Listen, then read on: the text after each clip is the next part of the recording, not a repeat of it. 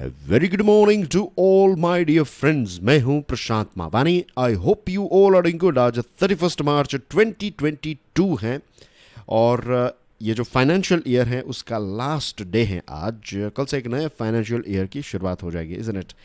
चलिए आगे बढ़ते हैं। आज हमारे टेबल के ऊपर हैं 5 इंपॉर्टेंट आर्टिकल्स, बहुत सारे इंटरेस्टिंग पॉइंट्स को हमें डिस्कस करना है। डियर फ्रेंड्स, आगे बढ़े उससे पहले लेट मी इन्फॉर्म ऑल दो स्टूडेंट्स जिनको नहीं पता है, तो कल से एक नई सीरीज़ की शुरुआत जो है वो हमने कर दी है। कल लेक्चर नंबर 1 जो है वो स्टार्ट किया गया था। उसमें मैंने थोड़ा इंट्रोडक्शन पे दिया है और हमने बात की है कि कैसे गोल्स जो हैं उनको अचीव किया जा सकता है, और उसके बहुत ही डेप्थ में हम गए हैं कि गोल्स सेट करने के लिए भी एक ख़ास चीज़ है वो आपके अंदर चाहिए। अगर वो नहीं है तो फिर आपके गोल्स भी उस हिसाब से होंगे, वीक होंगे।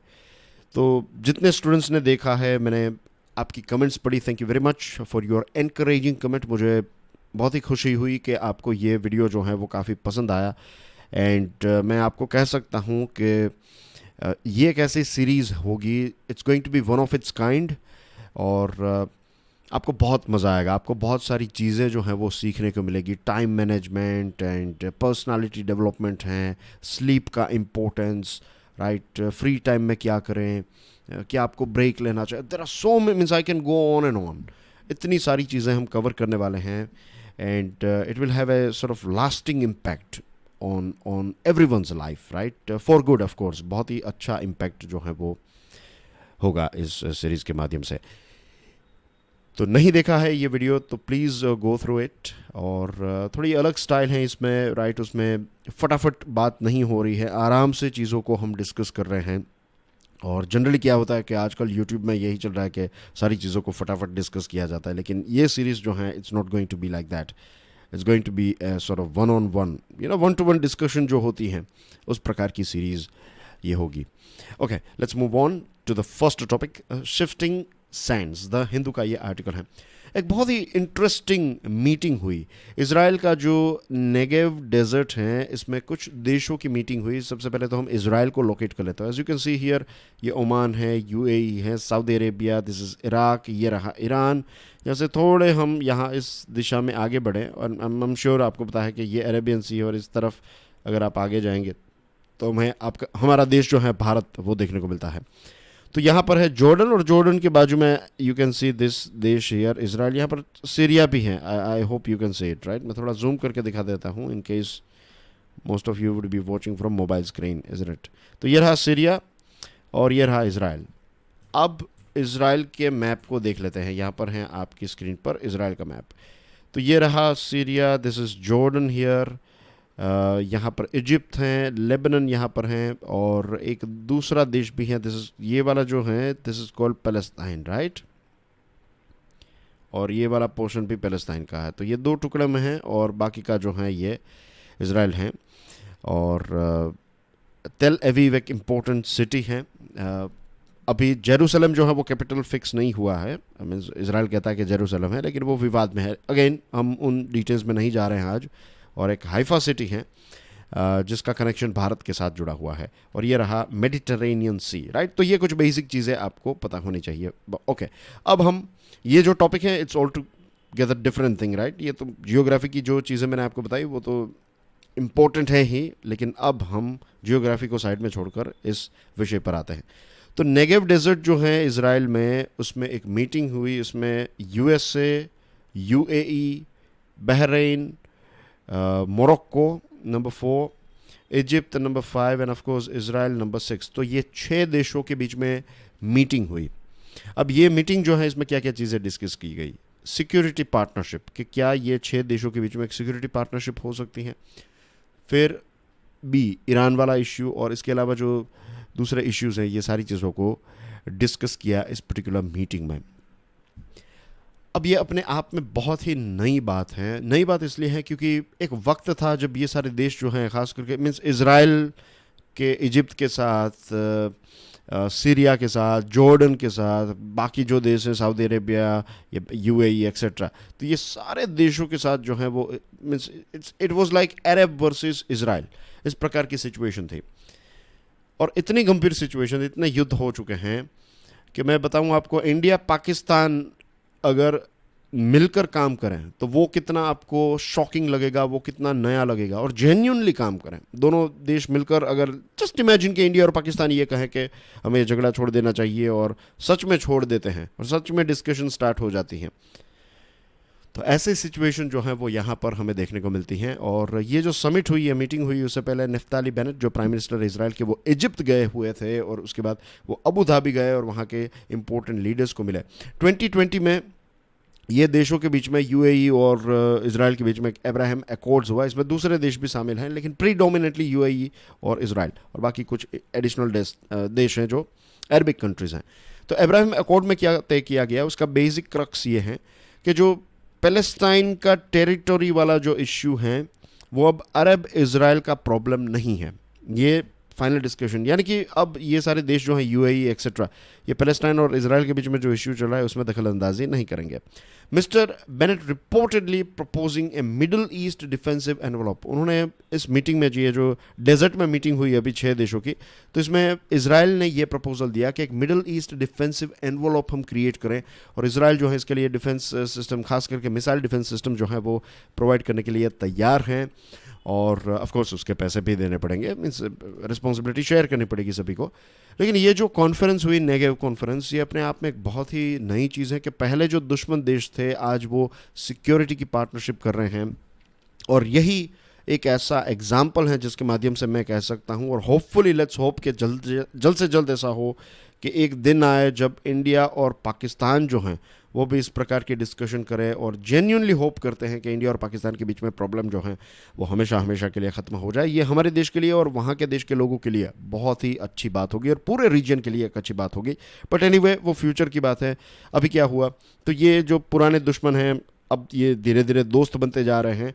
अब ये सारी चीज़ें क्यों हो रही हैं, इसके पीछे भी एक रीज़न है। देखिए, जब यूएसए एक वक्त था, मैं बहुत डिटेल्स में नहीं जाऊँगा, but let me tell you very quickly कि यूएसए जो है वो पावरफुल था आफ्टर वर्ल्ड वॉर 2। फिर ऑयल जो है वो अलग अलग रीजन्स में से मिलने लगा, और इन सारे देशों के पास, गल्फ देशों के पास ऑयल था लेकिन टेक्नोलॉजी नहीं थी। तो यूएसए ने फिर एक डील की, फिर वो यूएसए जो है वो वहाँ पर टेक्नोलॉजिकल प्रोडक्ट्स और ये सारी चीज़ें लेकर गया, और वहाँ की ऑयल निकालने की शुरुआत की, पार्टनरशिप की, फॉर एग्जांपल अरामको और दूसरी ऐसी कंपनीज हैं।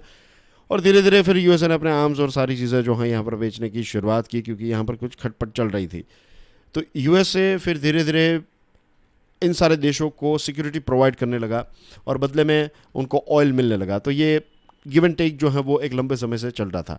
अब ईरान न्यूक्लियर डील को लेकर यूएसए का जो अप्रोच है वो डिफरेंट है, गल्फ किंगडम्स और दूसरे इजराइल का जो अप्रोच है वो अलग है। मैंने कहा था, आपको याद होगा, अभी कुछ दिनों पहले की ही बात है कि जब ईरान न्यूक्लियर डील या फिर JCPOA को डिस्कस कर रहे थे, तो मैंने कहा था कि इजराइल और ये देश नहीं चाहते। उसके पीछे रीज़न ये है कि ईरान जो है वो अपने आप में एक बहुत ही अच्छे पोटेंशियल वाला देश है, राइट। अगर उसको ऐसे ही इकोनॉमिक सैंक्शंस और ये सारी चीज़ें हटाई जाए तो ईरान जो है वो बहुत ही ताकतवर बन जाएगा, और इजराइल भी नहीं चाहता, ये यूएई भी नहीं चाहेगा। यूएई ने तो चलो उनके साथ बातचीत करना स्टार्ट कर दी है, सऊदी अरेबिया ने भी इजराइल के साथ बातचीत करना स्टार्ट किया, लेकिन सऊदी अरेबिया और ईरान के बीच में काफ़ी ज़्यादा राइवलरी है।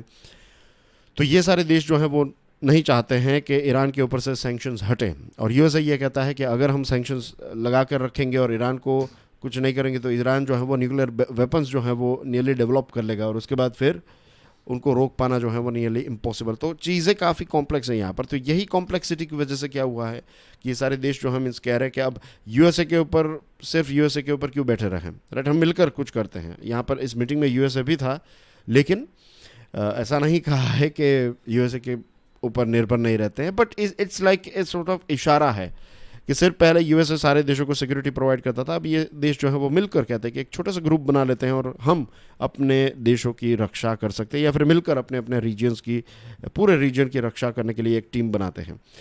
और बेस्ट तो यही है कि लास्टिंग पीस के लिए ईरान के साथ अगर प्रॉब्लम सॉल्व हो जाए तो this will be the end of middle east crisis जो चलती है, तो ये सारी चीज़ें जो हैं वो हमेशा हमेशा के लिए सॉल्व हो जाएगी। लेट्स होप कि वहाँ पर भी ऐसा हो जाए। Moving on to next topic, Times of India का ये आर्टिकल है, life, limb and the law. एक वर्डिक्ट आया है, सुप्रीम कोर्ट ने वर्डिक्ट दिया है, और जो हमारे देश में एक्सीडेंट्स होते हैं, अभी मेरा एक पॉडकास्ट जो मैंने रिलीज़ किया था उसमें मैंने आपको बताया था, राइट, कि लाइफ कितनी मीन्स यू डोंट नो कब क्या होगा, इनएविटेबल कोई चीज़ हो सकती है। एक्सीडेंट्स हमारे देश में हो सकते हैं। हमारे देश में तो काफ़ी ज़्यादा चांसेस है, क्योंकि दुनिया के सबसे ज़्यादा रोड एक्सीडेंट्स जो है वो हमारे देश में होते हैं। तो सुप्रीम कोर्ट ने एक ऐसा वर्डिक्ट दिया है जो लोअर कोर्ट के लिए एग्जाम्पल सेट करता है। सुप्रीम कोर्ट ने यह कहा कि जब एक्सीडेंट्स की बात आती है और 100% डिसेबिलिटीज़ की बात आती है, तब आपको लिबरल रहना चाहिए, जजेस को लिबरल रहना चाहिए in terms of awarding compensation. और ये जो केस है, इस केस में सुप्रीम कोर्ट ने 1 करोड़ का कॉम्पनसेशन दिया है एक 17 ईयर ओल्ड बॉय को, जो बेड रिडन हो गया। 2010 में ये एक्सीडेंट हुआ था अनफॉर्चुनेटली। ये पैसे तो चलो दे दिया 1 करोड़ रुपीज़, ये काफ़ी अच्छा होगा। अर्निंग्स अब उसकी नहीं रहेगी, उस लड़के की एक्सपेंसेस ऑलरेडी हो चुके हैं, बहुत सारी चीज़ें हैं। तो 1 crore, I think 1 crore is again not that big amount to be honest. ये पूरी लाइफ के लिए तो 1 करोड़ इनफ नहीं है, पर चलो 1 करोड़ रुपया तो इस लड़के को मिलेगा। लेकिन प्रॉब्लम यह है कि ये 2010 का केस था और 12 साल के बाद ये पैसे मिल रहे हैं, तो एक लंबी लीगल बैटल। तो ये जो टाइम है ना, ये this is a bit of problem in our country, कि जस्टिस मिलता है लेकिन बहुत डिले हो जाता है इसमें। अब मोटर इंश्योरेंस क्लेम्स की बात करें, आई एम श्योर हम सब व्हीकल्स चलाते हैं और हम सब के 2 व्हीलर्स और 4 व्हीलर्स में इंश्योरेंस होता है, इज़न्ट इट। अब विदाउट डिस्प्यूट जो हैं ये मोटर इंश्योरेंस की क्लेम्स जो हैं, मीन्स बहुत ही कम केसेस जो हैं वो सॉल्व होते हैं। बाकी तो फिर आप 10,000 करोड़ जितने के जो हैं वो सॉल्व होते हैं। बाकी आप जो वाया कोर्ट आप जाएं तो सालों लग जाते हैं। तो मैक्सिमम केसेस जो हैं वो इस प्रकार के होते हैं, और ऑलरेडी लाखों करोड़ों केसेस जो हैं, दूसरे केसेस भी एज वी ऑल नो के बहुत सारी हमारी कोर्ट्स में पेंडिंग पड़े हुए हैं। अब गवर्नमेंट का डेटा क्या कहता है, पे अटेंशन, बहुत इंपॉर्टेंट फैक्ट है ये। जो एक्सीडेंट्स है ना, रोड एक्सीडेंट्स की वजह से हमारे देश में सोशियो इकोनॉमिक कॉस्ट कितना होता है पता है? 2018 का ये आंकड़ा, अभी तो ये और ज़्यादा इंक्रीज हो गया होगा, 1.5 लाख करोड़ एवरी ईयर हमारे देश में। 1.5 लाख करोड़ रुपए का नुकसान होता है बिकॉज ऑफ रोड एक्सीडेंट्स। ये सोशियो इकोनॉमिक कॉस्ट है। कोई एक परिवार है, लेट्स से फादर जो है वो ब्रेड विनर थे, वो जा रहे थे ऑफिस के लिए, स्कूटर लेकर जा रहे थे, एक्सीडेंट हो गया, उनकी मृत्यु हो गई। अब जो परिवार हैं, बाकी के 3 लोग जो बच गए, उनके पास कोई सोर्स ऑफ इनकम नहीं है। वो परिवार जो एक अच्छी खासी ज़िंदगी जी रहा था, लग्जरियस नहीं लेकिन मिडिल क्लास ज़िंदगी जी रहा था, वो सड़क पर आ जाएगा वो परिवार। क्यों? क्योंकि एक्सीडेंट हुआ। तो ऐसे तो बहुत सारे, तो गरीबी इंक्रीज़ होगी हमारे देश में, अपॉर्चुनिटीज़ जाएगी। तो ये सारी चीज़ों को अगर कैलकुलेट करें तो पता चलता है कि हर साल 1.5 लाख करोड़ रुपीज़ का नुकसान होता है। आई होप कि अगर हम 1.5 लाख करोड़ रुपीज़ जो है वो हमारे देश में सेफ्टी के लिए इन्वेस्ट करें तो कितनी सारी जानें जो हैं वो हम बचा सकते हैं। 2020 में रोड एक्सीडेंट्स की वजह से 1.3 लाख मृत्यु हुई। आप सोचिए कोरोना की वजह से कितनी मृत्यु हुई है। आंकड़े को कंपेयर कीजिएगा रोड एक्सीडेंट्स के साथ, आपको लगेगा कि ये कोरोना और इन सारी चीज़ों से डरने का कोई, डरना चाहिए, आई एम जस्ट सेइंग, लेकिन आंकड़ों को जब हम देखें तब लगता है कि यार इंडिया में अगर रहना है तो आप बिंदास जियो। बिंदास इन द सेंस किसी को नुकसान पहुंचा कर नहीं, लेकिन एज फार एज आपकी ज़िंदगी जो जी रहे हो फुल पोटेंशियल में जियो। यू नेवर नो कब कहाँ पर क्या हो जाए। जा रहे हैं, बिल्डिंग गिर गई। अभी मैं बताऊं आपको प्रिसाइसली 10 फरवरी की बात है। 10 फरवरी, यस, मेरे दोस्त की शादी थी, और यू नो मीन्स पूरा दिन I was not there as well. 10 फरवरी को मैंने लेक्चर भी नहीं लिया था, मैंने बताया था कि आई एम नॉट अवेलेबल। 10 फरवरी 2022। तो एक बहुत ही इंटरेस्टिंग शब्द का इस्तेमाल करूं, आई डोंट नो, लेकिन एक अच्छा कहें, क्योंकि एक लाइफ अवेकनिंग एक्सपीरियंस हुआ मेरे साथ। This is a personal story, real story. तो मैं और मेरा दोस्त जो हैं, एक दोस्त की शादी थी, और फिर पता चला मीन्स कि हमारे पास जो फायर क्रैकर्स हैं वो नहीं है, पटाखे नहीं थे। तो हम लेने के लिए गए मार्केट में, और जिस मार्केट में गए वो एक छोटी सी मार्केट है, राइट। छोटी इन द सेंस कि छोटी छोटी जो पुरानी मार्केट होती है, छोटी गलियां हैं, वहाँ पर लोग भी चल कर जा रहे हैं, आप स्कूटर लेकर जा रहे हैं, ऐसा। तो सुबह का वक्त था तो इतना ट्रैफिक नहीं था वहाँ पर। तो हम जा रहे थे और हमारे आगे एक कार थी, और वो कार जो है वो ऐसे ही बीच रोड पर खड़ी हुई थी। तो हम थोड़ा उसके पीछे 2-3 सेकंड जो हैं वो वहाँ पर हम पीछे खड़े रहे, थोड़े हॉर्न ब्लो किए। फिर वो कार जो है वो, उसको हमें इस तरफ जाना था, वो कार यहाँ पर खड़ी थी, और फिर हम यहाँ से ऐसे आते हैं, यहाँ पर रुक जाते हैं, और फिर ये कार जो है वो फिर इस तरफ चली जाती है। तो रोड क्लियर होता है। जैसे ही हमने टर्न लिया यहाँ पर, तो ट्रस्ट मी, जैसे ही हमने टर्न लिया, ऑल ऑफ द सडन एक बिल्डिंग जो है वो गिर गई, एक पुरानी बिल्डिंग थी वो गिर गई। मीन्स लाइक अगर वो कार वहाँ पर नहीं होती तो that's it, that was and, the 10th February was my last day on this planet. तो ऐसे बहुत सारे नियर डेथ एक्सपीरियंस जो हैं वो इंडिया में मुझे ही नहीं हर किसी को होते रहते हैं। और देखिए 3.75 लाख एक्सीडेंटल डेथ्स होती है हमारे देश में, और ये 1.3 तो जो है ये रोड एक्सीडेंट का आंकड़ा है। बाकी आप देख लीजिए 3.25 लाख जो है उसमें फायर की वजह से, इलेक्ट्रिक शॉक लगने की वजह से कोई डूब के मर गया, स्ट्रक्चरल कोलैप्स जो मेरे साथ होने वाला था, फैक्ट्री एक्सीडेंट्स, ये सारी चीज़ें जो हैं वो होती रहती हैं। तो what we need to do is prevent accident of course. Safety वाला कल्चर जो है, जब तक सेफ्टी जो है वो हमारे कल्चर का पार्ट नहीं बनेगी, हमारी हैबिट का पार्ट नहीं बनेगी, तब तक नए रूल्स निकालते रहिए, कुछ नहीं होगा। मैं आपको बता दूं इसका डीप रूट यही है कि आज भी सेफ्टी जो है वो हमारी हैबिट और कल्चर का पार्ट नहीं है। अब एक नई पॉलिसी निकाली है रोड मिनिस्ट्री ने कि कोई भी अगर एक्सीडेंट होता है तो 90 डेज़ के अंदर पुलिस वालों को ये इसका जो इन्वेस्टिगेशन है वो डिटेल इन्वेस्टिगेशन जो है पुलिस को प्रेजेंट करना है। ये 1 अप्रैल कल से इसकी शुरुआत जो है वो होने वाली है, ये एक नए रूल की। अब प्रॉब्लम नहीं है, मीन्स पुलिस वाले अच्छे लोग हैं, means they will try, but the thing is उनका भी स्टाफ कम है। तो अगेन ये सारे रूल्स का इम्प्लीमेंटेशन होगा नहीं होगा, दैट्स अ बिग क्वेश्चन। और ऑलरेडी आप केसेस देखिए 9 लाख पिटिशंस जो हैं वो पेंडिंग हैं, और इसमें से थर्ड यानी कि लगभग 33% जितनी पिटिशंस जो हैं वो 3 साल से भी ज़्यादा पुरानी हैं। और ट्रिब्यूनल्स जो हैं वो भी स्थापित किए जाते हैं, लेकिन उसमें भी इतना कोई ख़ास रिजल्ट हमें नहीं देखने को मिला है। भोपाल गैस ट्रेजेडी में 750 करोड़ का एक अवार्ड जो है वो, means award in the sense कि इतना कॉम्पनसेशन जो है वो सुप्रीम कोर्ट ने डिक्लेयर किया था, लेकिन जो लॉ है उसको हम इम्प्रूव नहीं कर पाए। आज भी फॉल्टी डिज़ाइंस, पुअर मेंटेनेंस, ये सारी चीज़ें जो हैं वो हमारे सिटीज़ में, बहुत सारी बिल्डिंग्स में हमें देखने को मिलती हैं। तो अगेन राइट इसका एक ही आंसर है, सेफ्टी को जब तक हम हैबिट नहीं बनाएंगे, अवेयरनेस क्रिएट नहीं होगी, तब तक यही होता रहेगा। आपको याद होगा एक जो NCR रीजन है उसमें एक बिल्डिंग जो है वो, उसमें कैसे धड़ाधड़ उसका स्लैब जो है वो गिरने लगा, अभी कुछ दिनों पहले की बात है। वैष्णो देवी स्टैम्पेड और इस प्रकार के स्टैम्पेड भी बहुत सारे होते रहते हैं। कंज्यूमर प्रोटेक्शन एक्ट 2019 कहता है, मीन्स कंज्यूमर प्रोटेक्शन एक्ट हैं, आप कंज्यूमर कोर्ट में जा सकते हैं, लेकिन अगेन कंज्यूमर कोर्ट में भी बहुत सारे केसेस जो हैं वो पेंडिंग है, स्नेल पेज से ये चल रहा है। तो ये सारी चीज़ें जो हैं वो काफ़ी डिप्रेसिंग हैं। एक तरफ देखा जाए तो इट्स वेरी सैड कि जान की कोई कीमत नहीं है, लेकिन दूसरी तरफ इट्स एन अपॉर्चुनिटी। अब कोई कीमत नहीं है, मीन्स ऑप्शन नहीं है, तो अभी तो बेस्ट ऑप्शन यही है कि खुलकर जी लें, राइट, 100% जितना हो सके जी लें। कैप्टिव राइट्स, पायनियर का ये आर्टिकल है।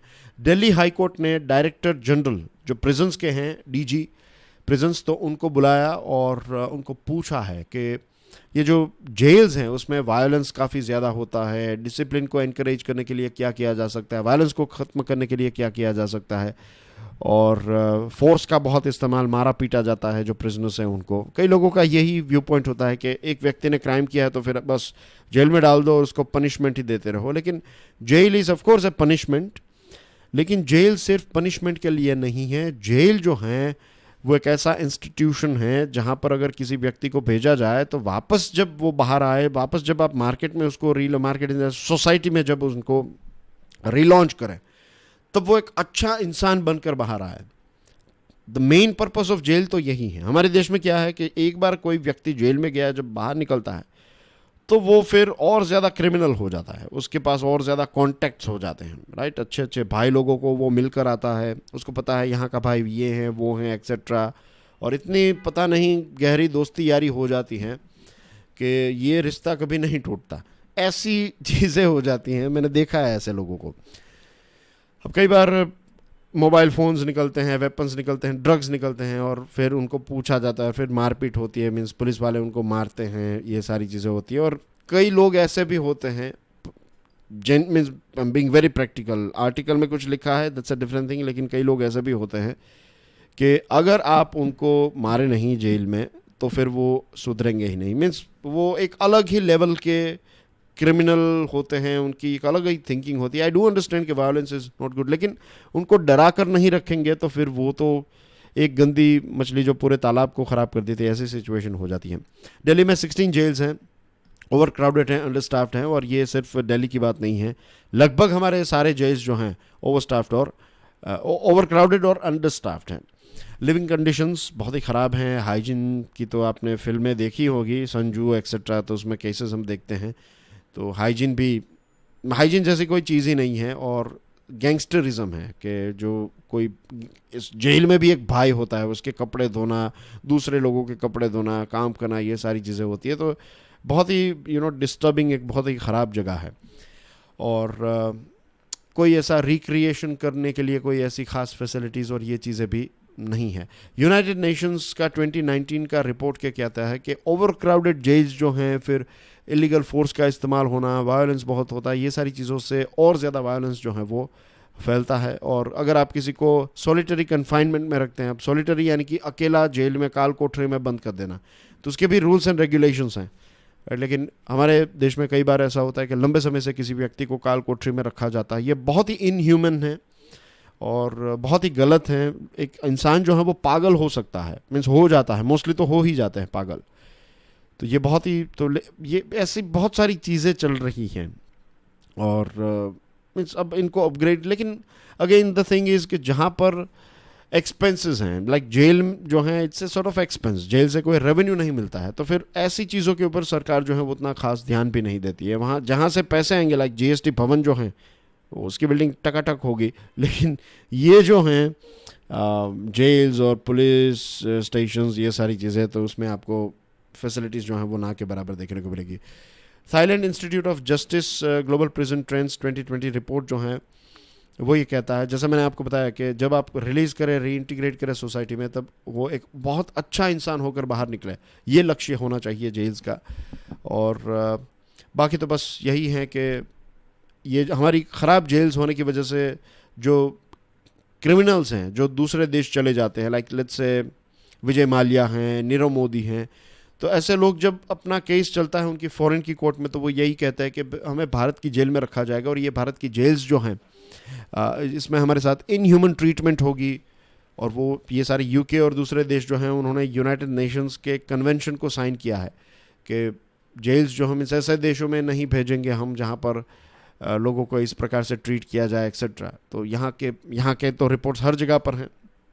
तो इस वजह से ये सारे लोग जो मीन्स ये सारे जो भगोड़े हैं वो फिर भारत कभी नहीं पहुँच पाते, क्योंकि हमारी जेल्स और जो सिस्टम है वो इतनी किस प्रकार से ट्रीटमेंट होती है ये दूसरे देश वाले को भी पता है. तो एक हर्डल बन जाता है. तो एक्स्ट्राडिशन जो है वो इजीली नहीं हो पाता. इसके पीछे रीज़न ये है हमारी जेल्स. 6 डाउन इंडियन एक्सप्रेस का यह आर्टिकल है. आसाम और मेघालय गवर्नमेंट के बीच में एक नई शुरुआत हुई है. क्या बात है, अच्छी अच्छी खबरें ये आ रही है, पीस की खबरें आ रही है. This is a great sign. हमने इसराइल की बात की, अब आसाम और मेघालय की बात करें. 50 सालों से बॉर्डर का इश्यू चल रहा था. तो ये रहा आपकी स्क्रीन पर है आसाम, ये रहा मेघालय. तो दोनों एज यू कैन सी एक दूसरे के साथ लैंड बाउंड्री जो है वो शेयर करते हैं, राइट. अब ये जो दोनों स्टेट्स हैं, जैसे मैंने आपको बताया 50 सालों से इश्यू चल रहा था, अब उन्होंने एक नई शुरुआत की, एक इम्प्रेसिव बिगिनिंग की है. और जो 12 ऐसे स्पोर्ट्स हैं जहाँ पर इश्यू चला, इन दोनों के बीच में 884 किलोमीटर की लंबी बॉर्डर है. तो अब उन्होंने ये तय किया है कि एटलीस्ट 50%, 6 जितने जो एरियाज़ हैं ऐसे स्पोर्ट्स हैं उसके ऊपर पीस का एग्रीमेंट जो है वो साइन कर लिया. बाकी के जो 6 हैं तो उसमें ऑफ कोर्स वक्त लगेगा, but it is a very good start. और starting is the most important thing. मैंने कई बार अपने पॉडकास्ट में भी बताया है कि परफेक्शन के पीछे नहीं, गुड के पीछे भागिए. अगर कोई चीज़ स्टार्ट करे तो फर्स्ट दिन से परफेक्शन के बारे में लक्ष्य होना चाहिए आपका परफेक्शन, लेकिन फर्स्ट डे से परफेक्शन नहीं, फर्स्ट डे से आपको प्रोग्रेस पर फोकस करना चाहिए. और यहाँ पर दोनों राज्यों ने यही किया, इसलिए धीरे धीरे वो आगे बढ़ चुके हैं. याद होगा जुलाई की बात करें तो मिज़ोरम और आसाम के बीच में, ठीक है, मेघालय नहीं है, दिस इज़ मिज़ोरम और आसाम के बीच में जुलाई 2021 में वायलेंस हो गया था बॉर्डर पर, और 6 पुलिस वालों की मृत्यु हो गई थी और बहुत सारे लोग जो हैं वो इंजर्ड हुए थे. और उस टाइम पर दोनों सीएम्स जो कह रहे थे कि एक इंच भी वो छोड़ने के लिए तैयार नहीं है.